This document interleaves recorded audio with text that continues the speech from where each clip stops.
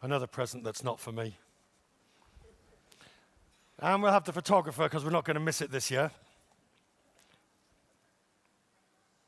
And now may I have the President-elect and newly installed President of SAPOA, Estienne de Klerk.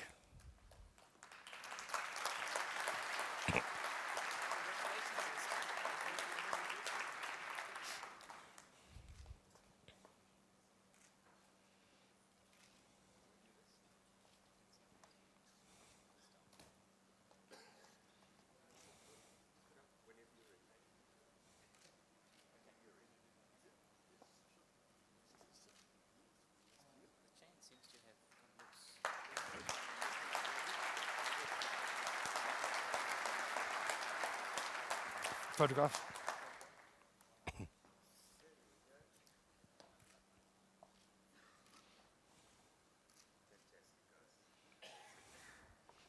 Stay there. You don't want to leave the stage? No, we're just going to hand over Sidisi's gift. Oh. Right. Do you want to speak? Can I? Could the President speak, please? Yes, you can. Immediate past President, Dr. Sidisi Moseneke, thank you very much for your valuable contribution in this past year. I think we're all going to benefit, certainly the current board, which you'll remain on obviously with and assist me in this year forward, but a more distinguished and gracious and diplomatic gentleman I don't think we will find easily for this job. So thank you very much.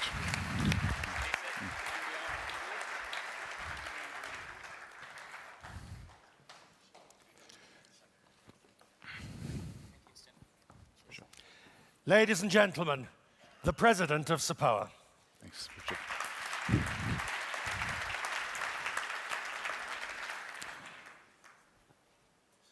Ladies and gentlemen, I don't know if you noticed, but when you took the chain off that gentleman, the smile went up like this, and I think he grew about a foot. And Richard, you might just want to have a little soapbox ready because the weight of this chain might pull me behind this counter soon.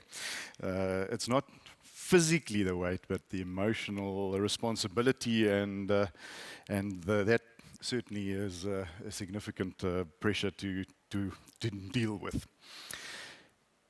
Ladies and gentlemen, I'd like to thank the SAPOA board, the past SAPOA board that we've had this past year, the executive staff that have worked extremely hard, all the national councillors, the regional committees, the subcommittee members, for their contribution that they've invested through the year, and it was a challenging year.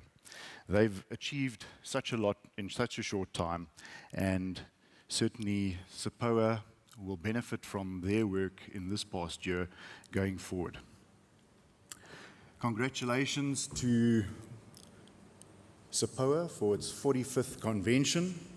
Our organization has contributed to making South Africa a great country, and it has proudly and diligently represented the interests of our members and our industry, locally and internationally.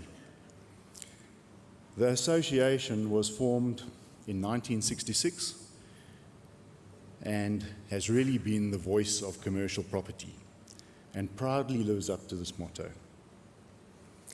Thanks to all the sponsors of this event, especially our gold sponsors, Liberty Properties, JHI and GrowthPoint, and all the other sponsors. Without you, it wouldn't be possible to put this marvelous convention together. And then a great thanks to the convention committee. You know, these guys have worked very, very hard to put what I believe is probably, hey, it's your bell. It's just, I've gonged out. To put this convention together, you know, we come to the convention and for us it's a marvelous networking opportunity and it's a huge party. For these committee members, they're working very, very hard across this period, and they certainly, as far as I'm concerned, lifted the standard this year, and it's going to be a very, very difficult one to match.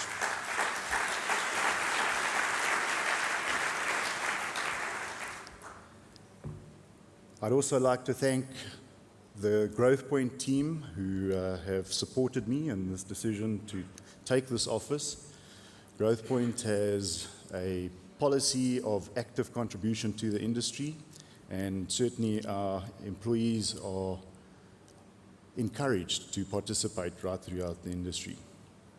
And then also my family and my wife, thank you very much for the support through this period, because certainly I think it's going to be a busy year and quite testing.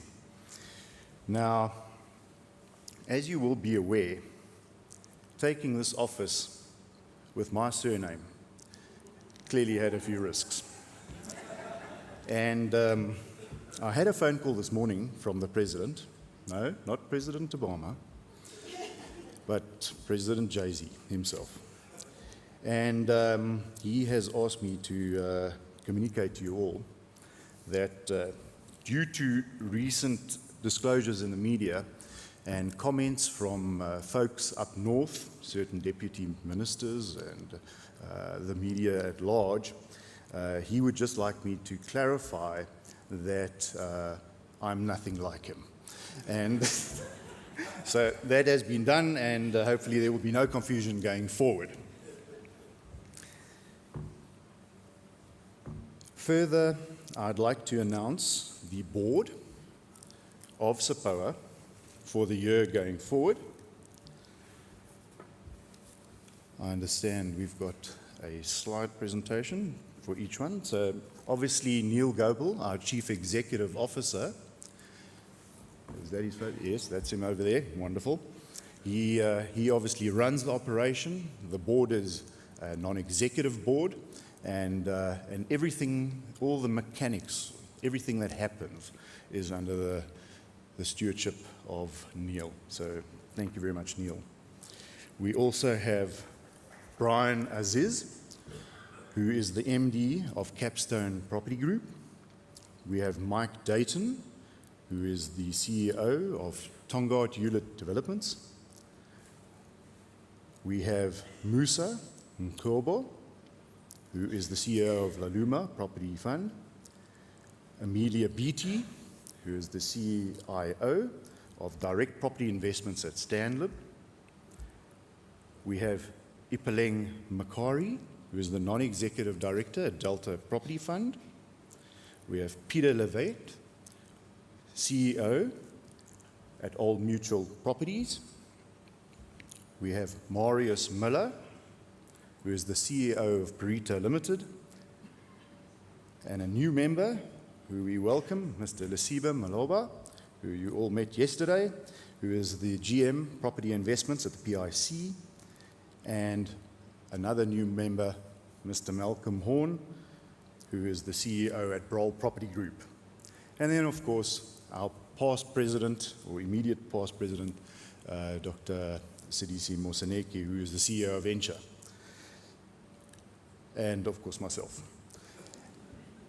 As you can see, this is a bunch of folks that are all leaders in our industry and literally are rock stars in their own name.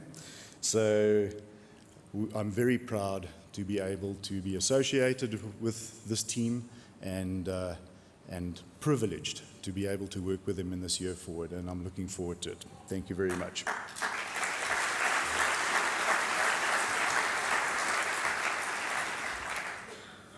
Our president-elect for next year is Miss Amelia Beattie.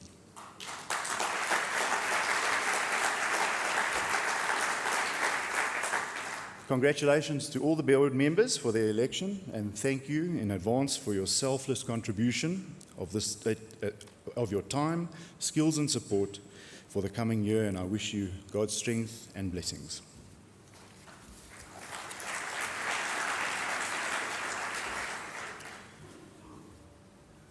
Over the past 14 years since I joined the property industry from the banking environment, the property sector in our country has been blessed with conditions which have been unparalleled compared to any other country on the globe.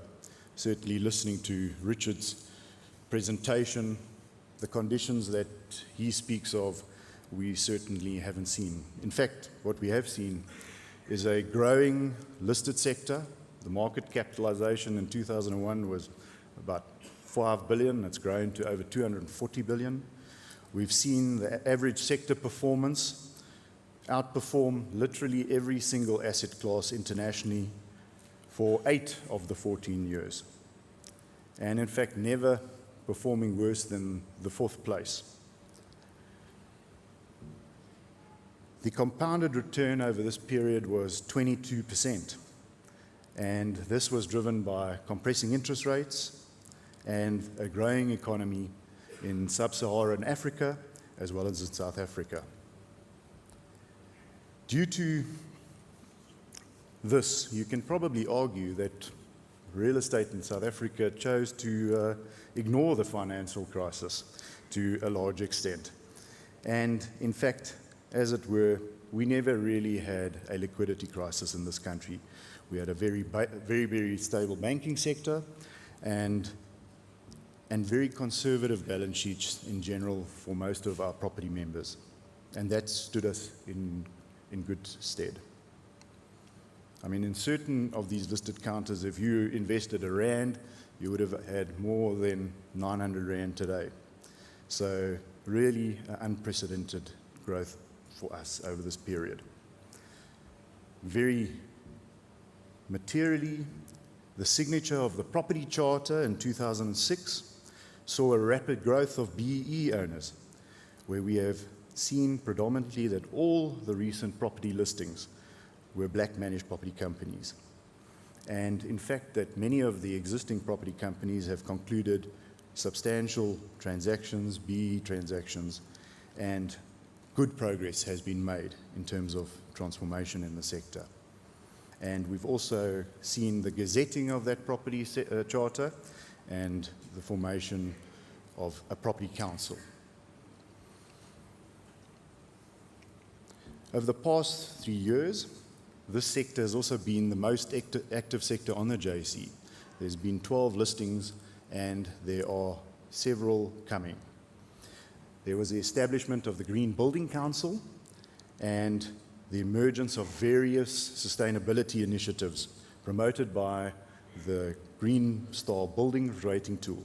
And what we've also seen is, to date, 31 buildings have in fact been certified, and it is my understanding that there's 58 buildings that are imminently certifiable, I think is the right word. So generally speaking, South Africa has had a great run, and that from a property perspective, hopefully we'll be able to continue. SAPOA members have been known for our very opportunistic and optimistic mindset. And I think that was evident from the little survey that we did yesterday, Richard, where you asked everybody if they were positive. And everybody in the room just about stuck up their hand. So clearly a very optimistic bunch. And certainly our persistent approach for delivering value and conquering adversity has stood us in good stead through what has economically been more difficult times at the moment. Further, if you look at SAPOA's tasks and what we're trying to deliver to our members,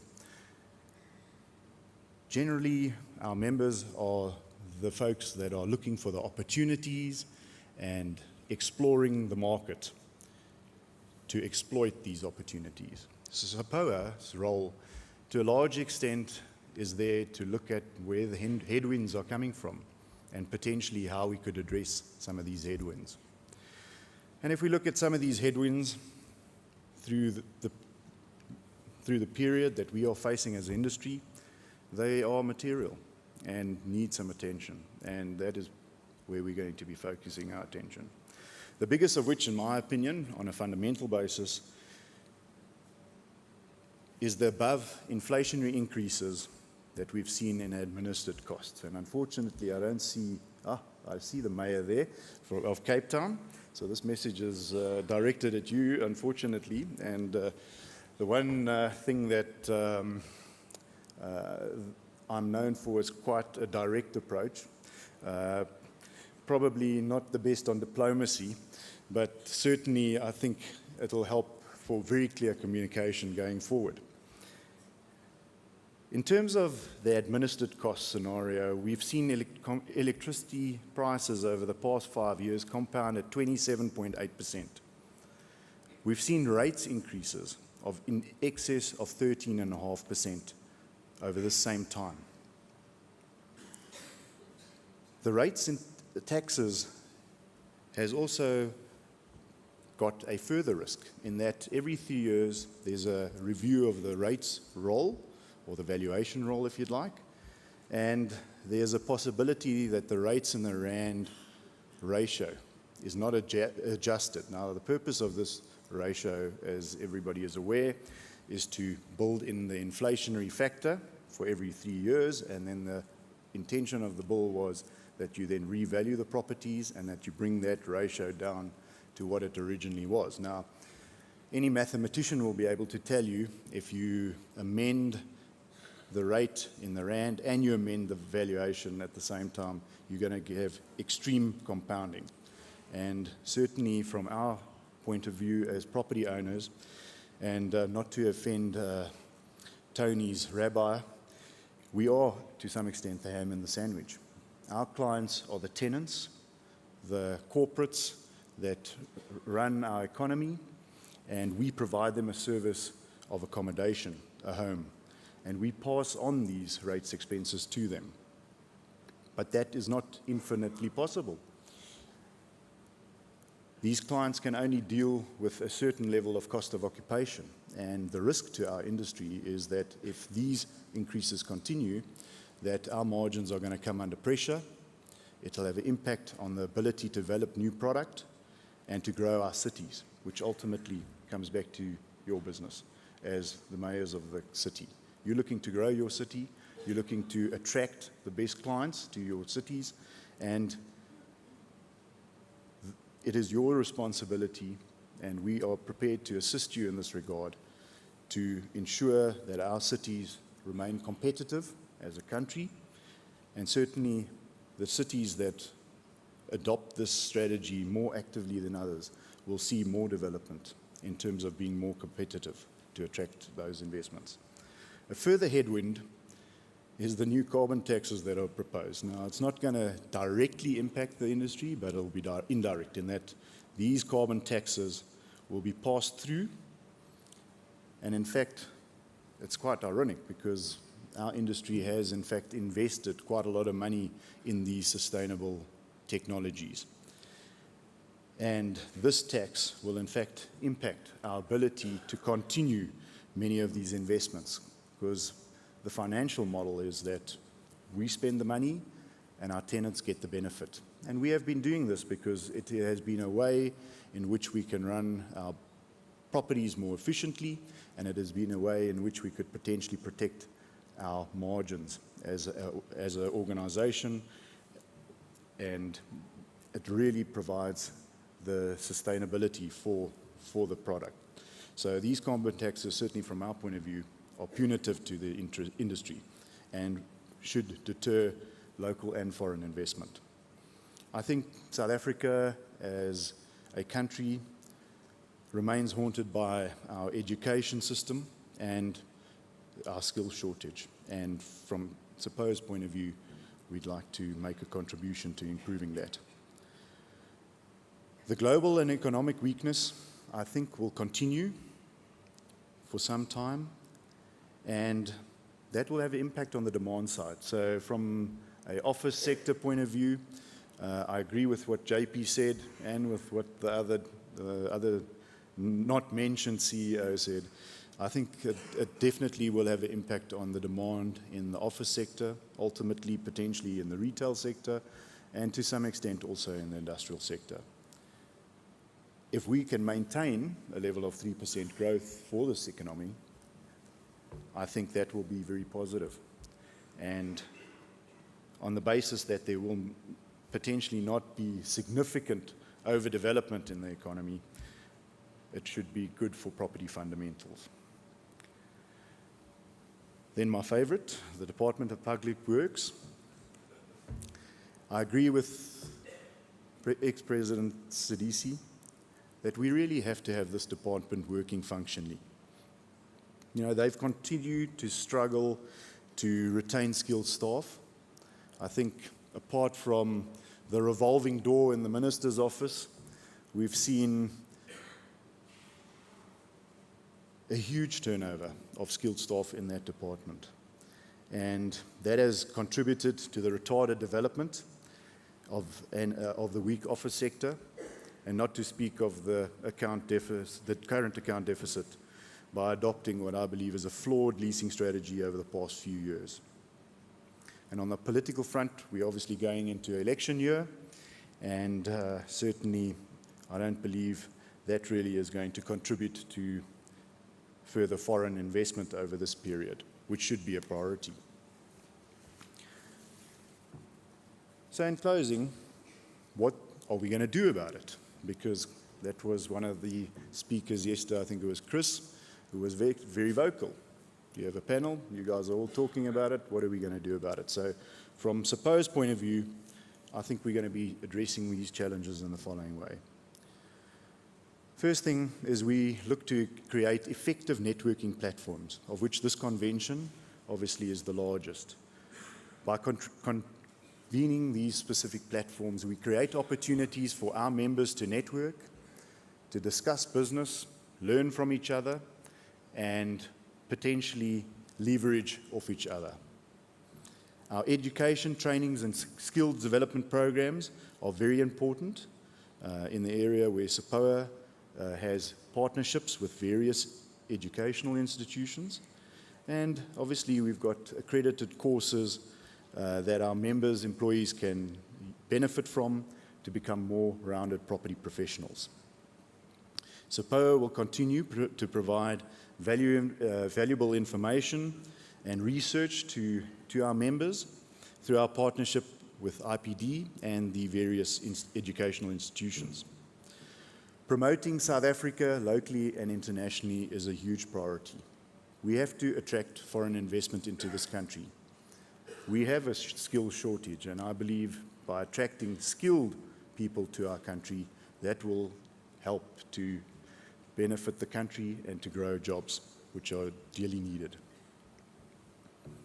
Promoting and implementing sustainable technologies remains a priority, and we have a close working relationship with the Green Building Council, which we helped to form.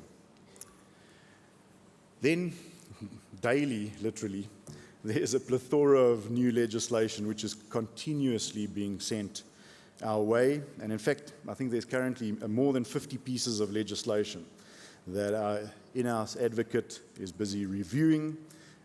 Some of them have a direct, others have an indirect impact on our industry. Here, SAPOA plays a very essential role to make comments on this legislation, to protect our members' interests. And SAPOA has been prepared to take these matters to the highest court in the land. I think Mayor Parks will be familiar with one or two cases. And the reality is to have a watchdog like that costs money, folks. So these representations on all these pieces of legislation cost money. And as such, we have raised an additional subscription. So I please urge you to assist us to assist you in these matters.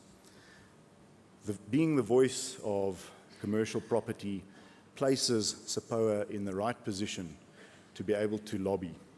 And obviously, it's not in anybody's interest to have to go legal in any of these matters. So I think what we're going to be doing as SAPOA is trying to build bigger bridges with government across the board, local government, provincial government, and national government, to share our views and understand the requirements from government's point of view, and certainly that they can understand our requirements as the property industry. Certainly for members to individually take up these crusades puts them at risk of victimization, and clearly the financial implications of this burden to be carried alone is not feasible. So from our point of view, we're looking at all pending legislation, bylaws, or unacceptable practices. Then real estate investment trust legislation is a reality, and via our newly constituted SAPOA REIT committee, SAPOA will lobby on behalf of all our members with our National Treasury to see if we can get this tax dispensation, which has been granted to the listed property sector, extended to our unlisted members. Certainly, the granting of this favourable tax dispensation to the listed property sector is truly a momentous event, and the recognition by National Treasury that property is a separate asset class that creates and preserves wealth is a milestone. They further recognize that due to the capital-intensive nature of property, this dispensation will continue to contribute to making it more accessible to the private investor and in a tax-efficient manner. I foresee that the listed property sector will continue to grow and as a result of this tax dispensation, and that in the future, a large percentage of our commercial property will find its way there. SAPOA will obviously endeavour to improve our relationship, and in fact, SADC and the government liaison team has done tremendous work in improving our relationships with not only the Department of Public Works, but also trade and industry. And Public Works has obviously started making good progress, we believe, in trying to improve the services that they provide to the industry at large. And as the landlord to the government, they are a very, very valuable member of SAPOA. So we have to work together with them. And from our point of view, we will be looking to provide our training courses to help skill their staff to the extent that they agree to it. We will also share our views with them, and as I mentioned before, potentially more directly. And I think those views we have to co-develop. This is a potential area where SAPOA's board has to really develop what we believe is the best for the South African property sector. And those views might differ from certain views of our members. But what I give you an undertaking is that all members will have opportunity in the process to contribute to the development of this view that we will be communicating to government, and that process will continue. I further believe that our industry has been allocated to Public Works as our owner government department. I don't believe that Public Works is in fact the right department that we should be reporting to. I believe that Department of Trade and Industry potentially will be a better address, and that they are much more equipped to attract foreign investment into our country, to attract foreign tenants, and have the right skilled staff and the right marketing programs to promote not only South Africa Inc., but also SAPOA's members' interests. And we'll be working towards that goal. Further, a lot of work is going to be put into building relationships with local governments, the municipalities, as well as provincial government. Neil, your team is tasked with some of these challenges, and I wish you all the best with these endeavours. And certainly, members, I'd urge you all to volunteer if you believe that you can contribute to any of these tasks that SAPOA have in dealing with some of the challenges that we have. You can see it as national service, for a year or two. So in closing, I'd like to leave you with this thought. We create the future our country, in this country, that our children will live in. We can't do anything about the past. All we have in our control is the present and the future. So God bless South Africa, and thank you for the honor you've bestowed on me. Thank you very much.